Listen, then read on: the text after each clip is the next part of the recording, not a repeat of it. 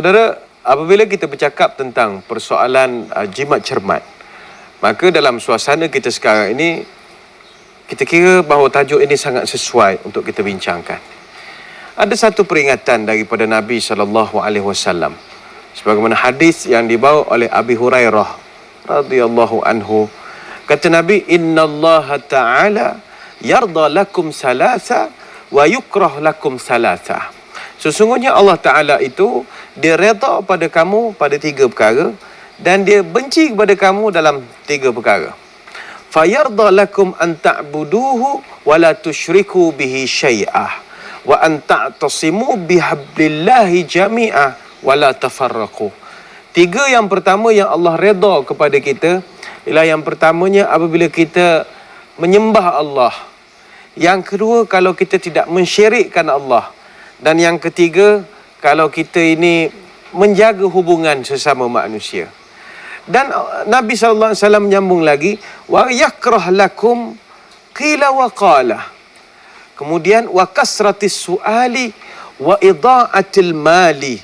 Hadis muttafaqun alaih.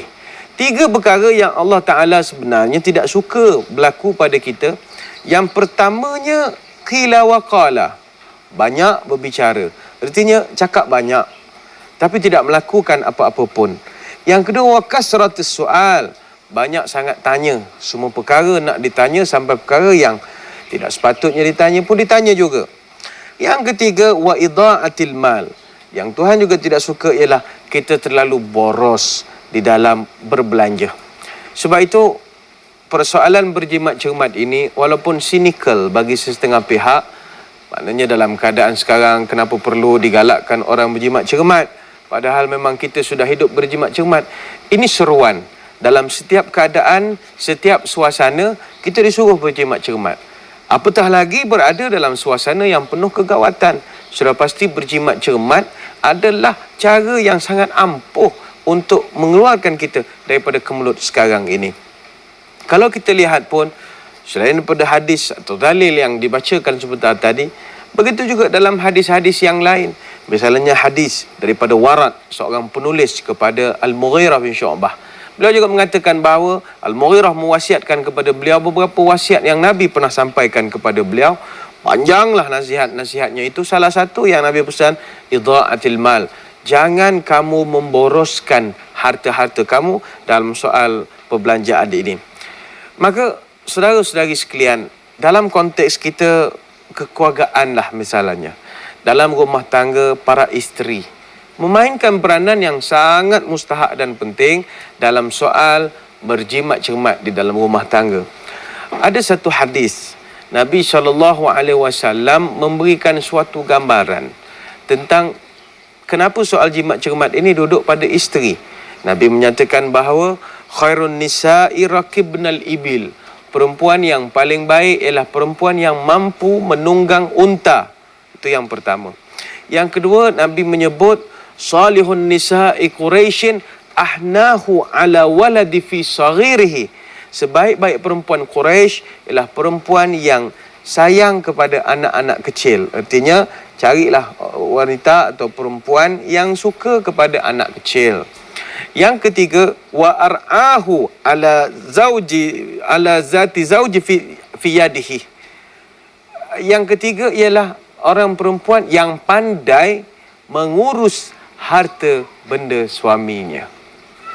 3 ciri-ciri ini kalau kita teliti, ia berkait rapat dengan suasana kita sekarang. Salah satu yang Nabi nyatakan ialah ciri perempuan yang baik ialah yang pandai mengurus harta benda suaminya. Kita kaitkan dengan satu hadis yang lain, bagaimana Nabi SAW memberikan suatu gambaran.